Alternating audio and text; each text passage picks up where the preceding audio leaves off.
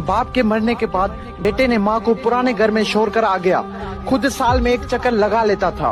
एक दिन पुराने घर से उसे कॉल आई कि आपकी वालिदा की तबीयत बहुत खराब है। बेटा गया, देखा वालिदा की तबीयत वाकई में बहुत खराब थी, वो मौत के करीब थी।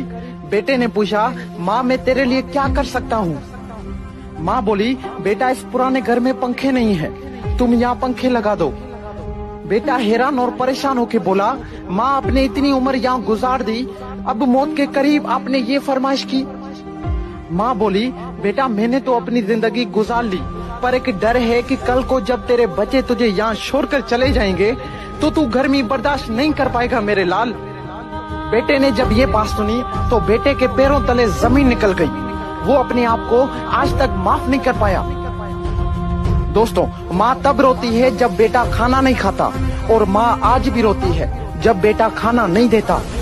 एक माँ से 10 बेटे पल जाते हैं, मगर 10 बेटों से एक माँ नहीं पली जाती। वाह जी वाह। कुछ याद कर, जब तू बचपन में अपने आप का वजन नहीं उठा पाता था और चलते चलते गिर जाता था, तो तब तुम्हारी माँ तुम्हें संभालती थी, तुम्हें चलना सिखाती थी।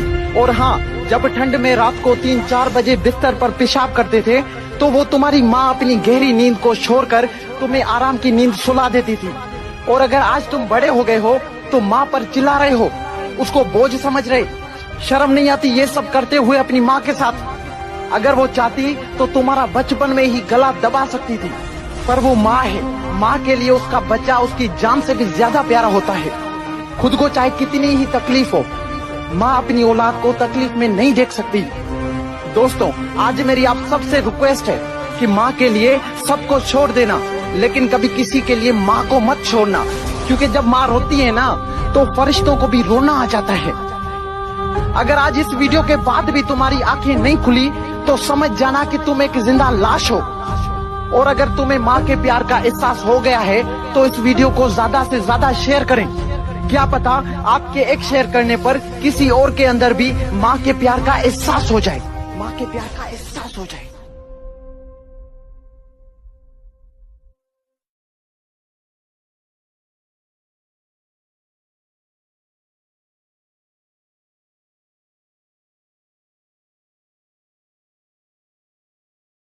Share chat.